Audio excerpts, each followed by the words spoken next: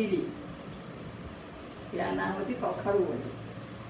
ଜିରା 100 ଗୋଟେ ପକେଟ ଜିରା, 100 ଗ୍ରାମ ଜିରା, ଆଉ ଅଧା ହେଙ୍ଗୁ, 50 ଗ୍ରାମ ହେଙ୍ଗୁ। ତାକୁ ବାଟିବ, ଫେଣ୍ଟି ଫେଣ୍ଟି ଫେଣ୍ଟି ଫେଣ୍ଟି ଗୁଳା ଗୁଳା ଗୁଳା ଗୁଳାକି ଥୋଇବ।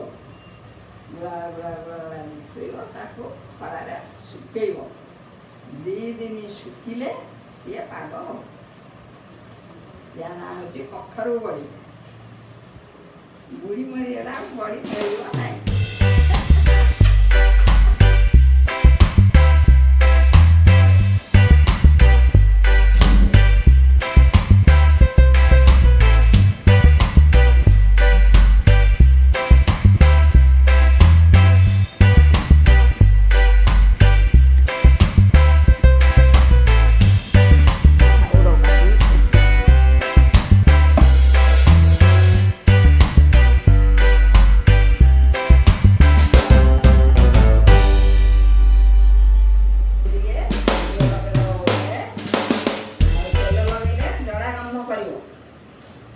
ଆଉ ଏମିତି ଘିଅଟା ଲଗେଇବ ବୋଇଲେ ବଡ଼ି ବାସନା ଆଉ ବର୍ଷେ ପର୍ଯ୍ୟନ୍ତ ରହିଲେ ମଧ୍ୟ କିଛି ହେବନି।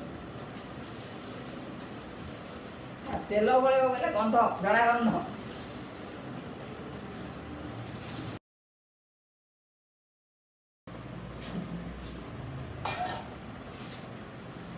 ଏପଟ ଅଛି ହେଙ୍ଗୁ ପାଣି।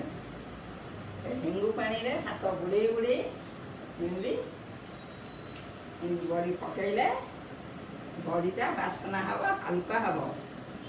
ସେଥିରୁ 2 ଦିନ ଶୁଖିଲେ ପାଗ ହେବ। ତାକୁ ଭାଜି ଭାଜି ଭାଜି ଭାଜି ତରକାରୀ କଲେ ବାସନା ସ୍ୱାଦ।